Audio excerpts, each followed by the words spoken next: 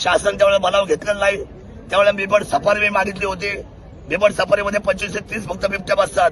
पण आता हजारोची संख्येने झाल्यामुळे मला असं वाटतं गाडगे साहेबांना कदाचित ही गोष्ट माहीत नसावी. सर्वसामान्य माणसाचं जीवन धोक्यात आलंय. शेत्या आमच्या आता उजाड झालेल्या आहेत आणि कुठलाही शेतकरी काम करायला मागत नाही.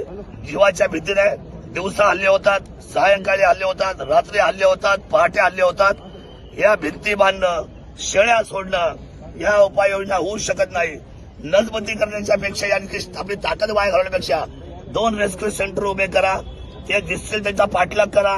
त्यांना बंदुकीची ती गोळी कोणती बेशुद्ध करण्याची इंजेक्शन मारा आणि त्यांना तातडीने तुम्ही उचला आणि सर्वांना जेरबंद करा.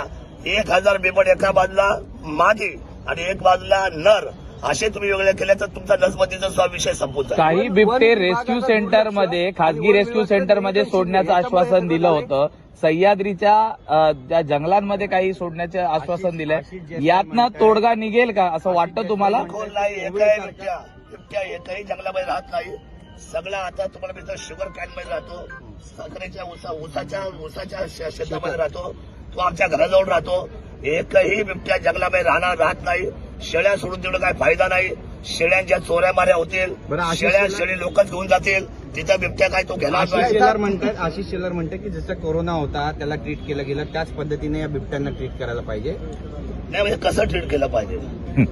कोरोनाला समजा आपण इंजेक्शन दिले होते लोकांना, बेबीमध्ये दिले ना, बेबीमध्ये इंजेक्शन दिली होती कोरोनामध्ये. आता यांना आधी पकडत तर याला कुठली इंजेक्शन त्याच्यावर ठरवू. पण वन विभागाचं नियोजन आणि दुर्लक्ष यामुळे हा सगळा नाही. आता मनावर नाही घेतलं ना. कालपर्यंत काय चाललं होतं, टिंगल्या चालल्या होत्या, मस्करी चालली होती. माझ्या सरकारमध्ये 2014ला 15ला 16ला विधान भवनामध्ये बोलायचा तर मला सगळे लोक म्हणायचे हसायचे, म्हणजे बघा हा बिबट्याला बिबट्यावर बोलणार आहे. पण बिबट्या किती संकट आहे हे आज त्यांना कळालेलं आहे. आज काल तुम्ही जर पाहिलं असेल विधान भवनामध्ये जवळजवळ 288 पैकी जवळजवळ 150 आमदार बिबट्याच्या भीतीने सभागृहामध्ये गोंधळ घालत होते. याचा अर्थ हा दूरदृष्टीचा होणारा सगळ्यात मोठा आपल्यावर होणारा आघात आहे.